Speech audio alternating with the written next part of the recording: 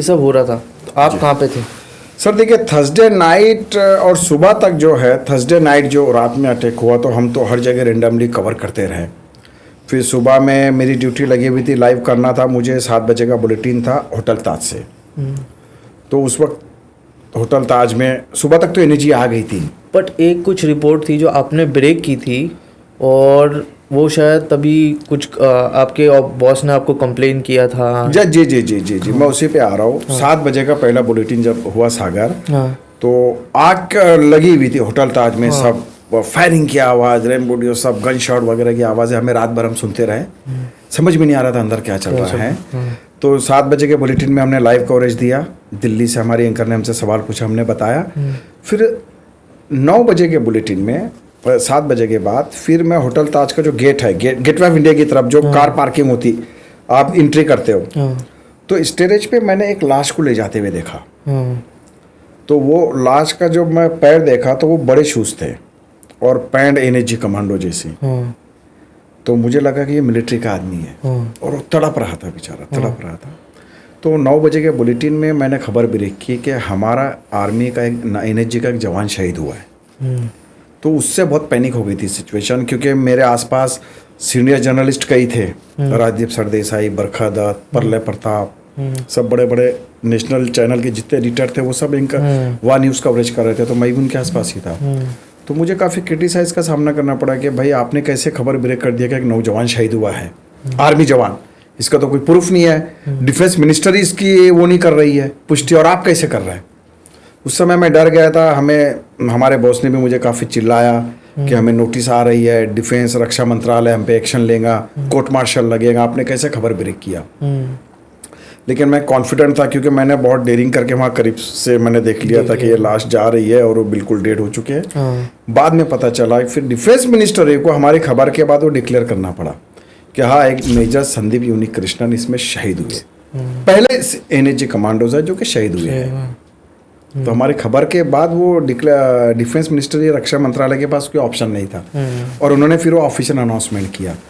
तो उस समय मुझे 2 घंटे काफ़ी सिचुएशन मेरी खराब हो गई थी। मतलब लाइक सब डरा रहे थे कि आपने गलत खबर चला दी है, डिफेंस आप पे कार्रवाई करेंगे, और डिफेंस का कोर्ट मार्शल बहुत ज़बरदस्त होता है, आप अरेस्ट हो जाएंगे, आप अंदर होंगे, आप ये रहेंगे। हमारे बॉस भी पैनिक हो गए थे, राजू बजाज। लेकिन फिर 2 घंटे के बाद को डिफेंस मिनिस्ट्री को डिक्लेयर करना पड़ा कि हाँ भाई, हमने एक नौजवान खोया है इस काउंटर फाइट टेररिज्म का जो अटैक चल रहा है। उसके बाद फिर निकालना शुरू कर दिया था हॉस्टेजेस को, लेकिन बम-बार्डिंग जो हैंडमेड बम है वो बंद नहीं हो रहे थे। फिर थर्सडे दोपहर में मेरी ड्यूटी लगी थी ट्राइडन ओबराय। फिर मैं वहां पे गया। ओबराय ट्राइडन में भी वही सिचुएशन थी। मतलब सागर ये है कि उस समय जो मैं देखा अभी कि साउथ बॉम्बे के एरिया में जो है आम पब्लिक कम सिर्फ NSG commandos, SRPF, Mumbai police और पत्रकार ही दिखाई देते थे। इतने लोग डर गए थे, इतने सहम गए थे। क्योंकि मुझे एक चीज बताइए, 3 दिन तक एक आतंकी संगठनों से लड़ना, ये देश में इस तरह का हॉस्टाइल ड्रामा या टेरर अटैक जो है मैंने नहीं देखा। 3 दिन तक हमारे जवान, एनएसजी कमांडोज, आर्मी उनसे लड़ते रहे। कितने हाईली सोफिस्टिकेटेड ट्रेनिंग उनको दी गई थी 3 दिन तक। थर्सडे, फ्राइडे, सैटरडे 5 बजे ऑपरेशन खत्म हुआ। तो लगातार जो 3 दिन हमने माहौल देखा ना, और फिर मैं आपको बताऊं, फिर फ्राइडे एक र्यूमर्स आ गई कि और एक फिदायनी हमला सीएसटी पे हुआ है।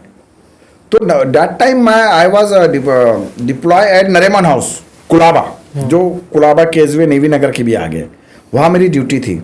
और उस समय टैक्सी वगैरह सब बंद थी, ड्राइवर कहाँ है पता नहीं है, सब डरे हुए थे। तो लाइक नरीमन हाउस से सीएसटी हार्डली 5 या 6 किलोमीटर है। तो मैं और मेरे कैमरामैन भागते हुए गए 6 किलोमीटर, मतलब नरीमन जो भी डिस्टेंस रहेगा नरीमन हाउस से सीएसटी का।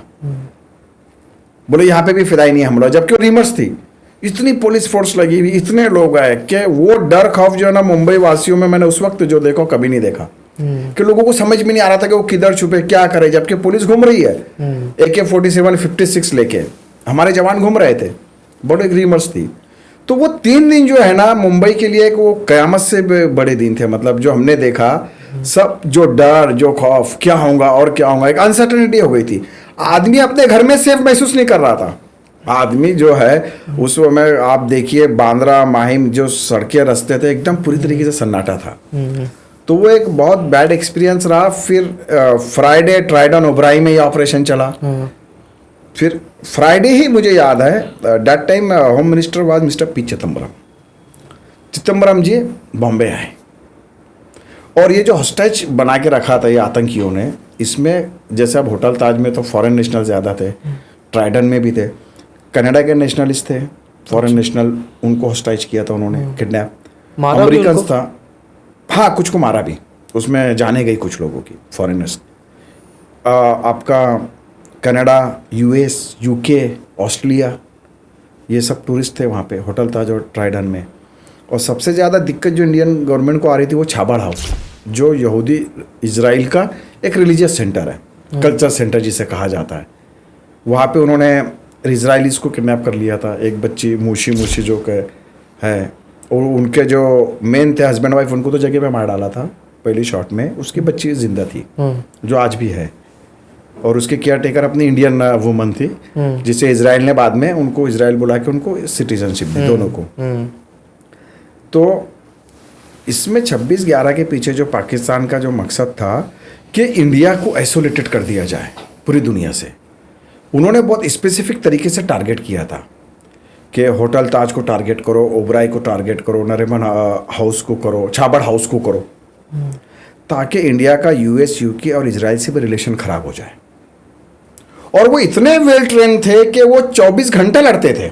जितने भी जो बचे हुए आतंकी थे उन्हें क्या दवाइयाँ क्या दी जाती थी बाकायदा, और उनके पास जो सैटेलाइट फ़ोन थे वो directly connected with the Lashkar commander Zakir Rahman Lakhvi, Hafiz Saeed, ये मेन अक्यूज्ड है, जिंदा है आज भी, होम अरेस्ट है, सिर्फ नाटक है कि हाँ हमने इन पे कार्रवाई की, कुछ कार्रवाई नहीं है। हाँ डायरेक्ट इन्वॉल्वमेंट था, पूरे डोजियर है हमारे पास, रिकॉर्डिंग है। उनके रिटायर आर्मी है जो उनको ट्रेन दे रहे हैं कि आप इधर से बम फेंकिए, आप इधर से गन चलाइए, आप थोड़ा आराम कीजिए। उनकी आर्मी यहाँ पहुंच रही है, उनके लोग यहाँ पर आ रहे हैं। ये सब हमारी मीडिया को देख के बोल रहे थे क्या? यस यस यस यस, सब था। ये भी कहा जा रहा है कि आपने बहुत अच्छा काम किया, उनके बड़े बड़े अधिकारी मारे जा रहे हैं, आपने बहुत बड़ा ऑपरेशन को अंजाम दिया है, इंडिया डर गया है, इंडिया ये हो गया है। ऑडियो रिकॉर्डिंग है पूरा।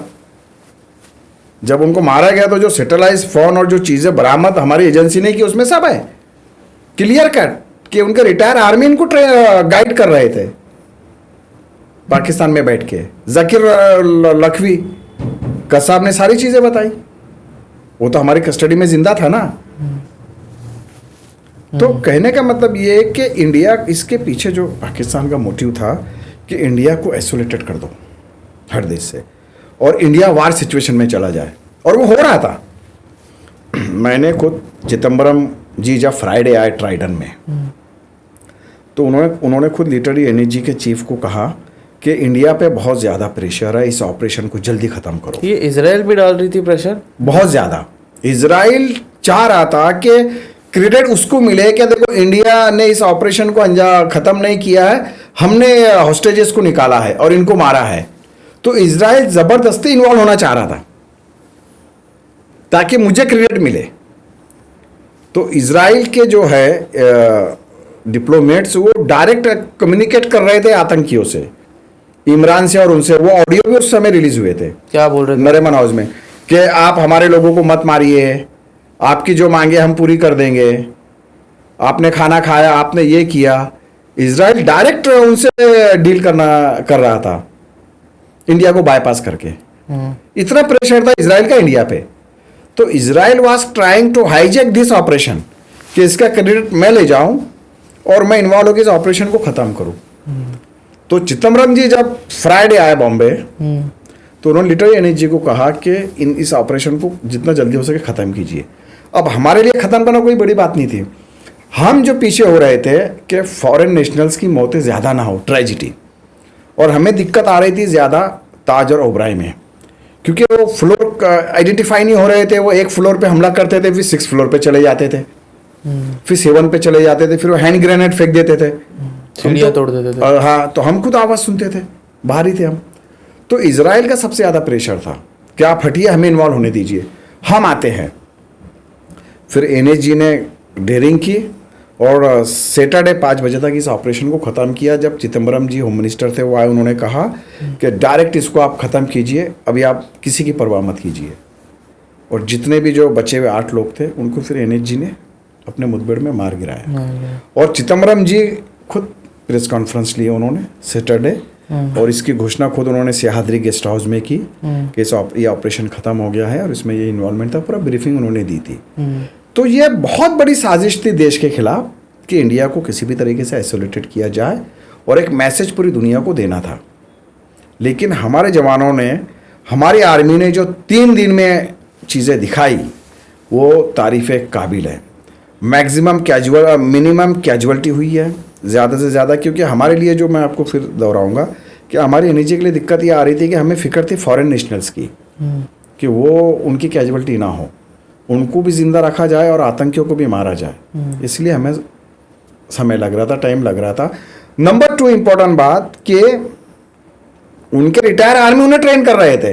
ये रेंडमली कोई हमला नहीं था, एक तरह का it was a mini war against India. ये एक तरह से इंडिया के खिलाफ युद्ध था ये सर। जैसे पहलगाम में आपने देखा कि आतंकवादी है, उन्हें कहा गया एक बार रेंडमली आप फायरिंग कीजिए, मारिए और भागिए। यहाँ वैसा नहीं था, यहाँ फायरिंग करके मारिए भी और जो हॉस्टेजेस है उनको जिंदा रखिए और गवर्नमेंट से अपनी मांग मंगवाइए। क्या मांगे, क्या कर रहे थे इन लोग? उन्होंने ऐसा कुछ डिक्लेयर नहीं किया था कि भाई जैसे बहुत से बहुत कश्मीर का ही मुद्दा था, लेकिन ऑफिशियली वो सब खुल के नहीं आया। लेकिन एक मैसेज वही देना था, आप इंडिया में ये कर रहे हैं, आप वो कर रहे हो। तो उनका ये चीज़ें था मेन, उनका मैक्सिमम उनको जो ट्रेन करके भेजा गया था, मैक्सिमम डिस्ट्रक्शन करो आप, बर्बाद करो आप, जितना टैनिक और पैनिक आप ये करवा सकते हो। तो लेकिन ऊपर वाला हमारे साथ था कि वो कस्साब जिंदा बच गया और उसने सारी पाकिस्तान की पोल खोल दी। बावजूद इसके आसिफ अली जरदारी उस समय बोलते हैं कि वो उज़्बेकिस्तान के लड़के, हमारे नहीं है, जबकि उनके देश का चैनल एक्सपोज करता है, कस्साब के बाप का इंटरव्यू लेता है और वो एक्सेप्ट करता है कि जो लड़का पकड़ा गया मैं उसका बाप हूँ। अच्छा, ये बिल्कुल हाँ, चैनल पे है अवेलेबल, आज भी आप यूट्यूब पे गूगल पे जाइए आप, वो एक्सेप्ट कर रहा है कि कस्साब का मैं बाप हूँ। और पाकिस्तान क्या बोलता है कि उज़्बेक के लड़के थे, हमारे पाकिस्तान के नहीं थे। इतना सफ़ेद झूठ। डोजियर दिए गए हिलरी क्लिंटन को, वो फॉरेन मिनिस्टर थी, विदेश मंत्री थी। बाकायदा प्रणब मुखर्जी जी ने फॉलोअप किया, उस समय प्रणब मुखर्जी जी फॉरेन मिनिस्टर थे।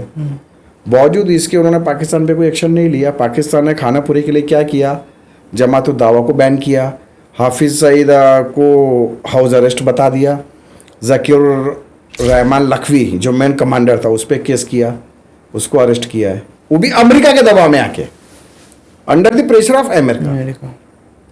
तो उनका मकसद जो छाबड़ हाउस, जो रिलीजियस प्लेस है, कल्चर सेंटर है इजराइलीस का, वहाँ यह था कि इंडिया और इजराइल आपस में भिड़ जाए।